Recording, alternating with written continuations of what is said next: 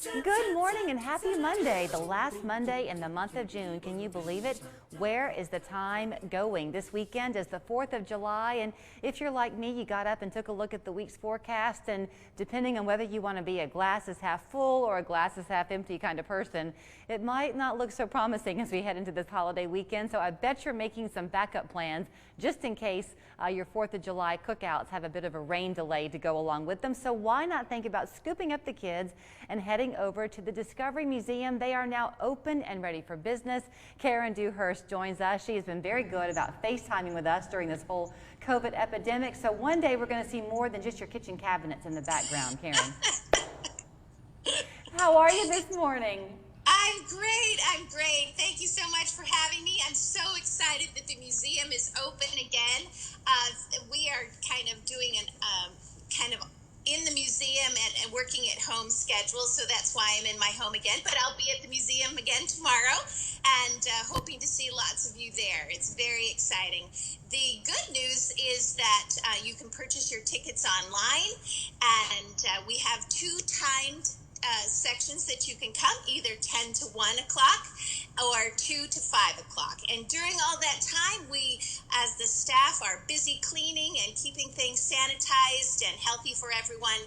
And then in between the two sections, we completely close down the museum for an hour and deep clean everything. So it is very, very clean and safe. So we also encourage everyone to bring a mask, face covering. If you're 5 and up, they are required to be able to enter the museum. If you don't have one, we'll be happy to provide one for you. But please bring your mask. 2 to 4, it's recommended that children 2 to 4 wear masks, and then under 2 are not required to wear masks. So it's great. Everything is open, and it's fun to be at the museum again. And so I'm here to tell you that. I'm also here to share a really fun activity if you're outside and about.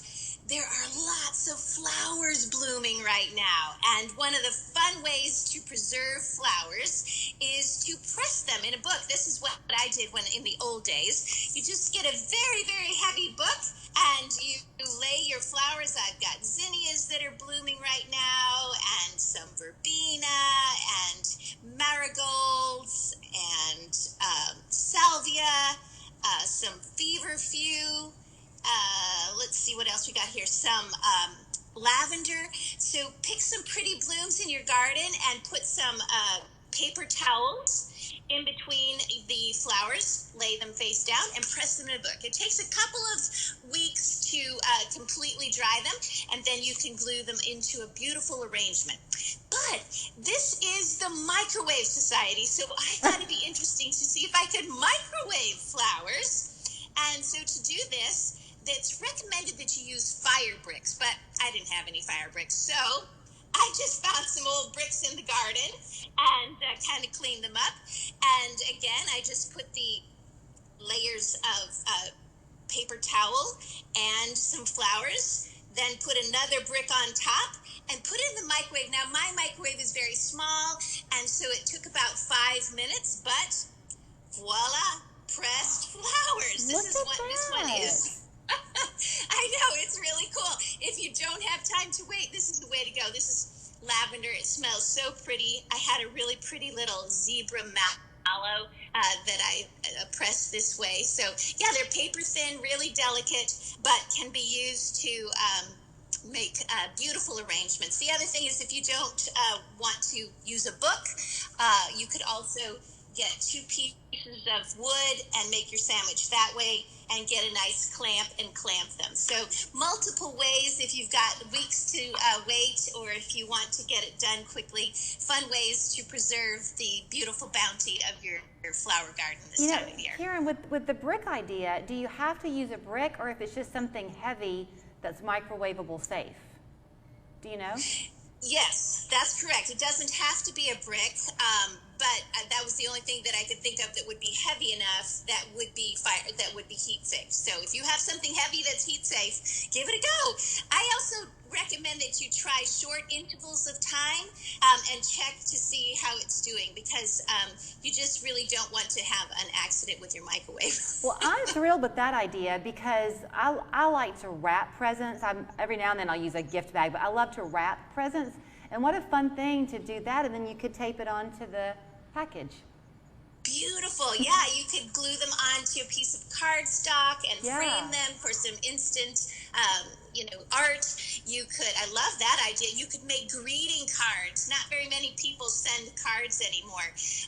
But with this time when we're separated, that might be a really nice to reach out and share something that you've grown or something that you've collected in the wild and share it with somebody. So lots of different ideas. I love your idea of putting it on a package. Yeah. Well, I thank you for that tip. I would have never thought to use a brick before. So talk to me a little bit, now that the museum is back open, are you still doing some of the tutorials and things virtually that you had been doing?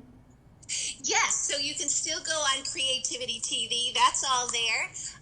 We do have, we're getting ready to do our STEAM Club this fall, so we'll be offering homeschool classes, and we do have a large offering of digital programming that will be available again in the fall.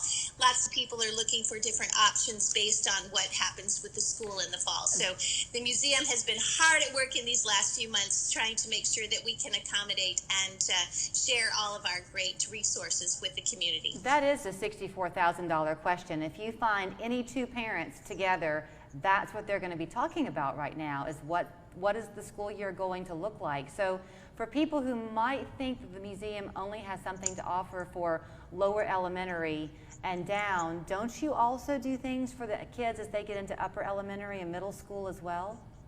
Yes, we do. We've got something really interesting coming up called View It and Do It Science. And so for a small fee, you can register online. You can get access to a YouTube link that will give you a 30-minute science presentation that you can watch at your leisure. And then we send kits, little activity kits that support the learning concepts, the science concepts. So we do programming from kindergarten all the way up through 8th grade. So there's something for everyone. We hope everybody will take advantage of these great learning opportunities. All right, well, I'm going to go pluck some flowers from my garden or my neighbor's yard. Ask first. I will. Hey, I will tell you real fast, when I was little, my best friend and I would play Little House on the Prairie. We would reenact it. And I will never forget this one summer's day. We went walking down the hill and we picked beautiful flowers from all of my neighbors' yards as our enactment of an episode of Little House on the Prairie, to take back home to my mother. And she made us go back door to door and return the flowers. I will always ask first. There you go. Good advice. All right, advice. Karen, thank you so much for your time. All right, good to see you. Again, remember to sign up through the museum's website, cdmfun.com, and that way you can have a time reserved for you and your family to go and enjoy the fun. They are asking children 5 and over, people 5 and over are required to wear masks. They recommend it, those 2 to 4. 756-2738, the phone number. We're back with more 3+U in just a minute.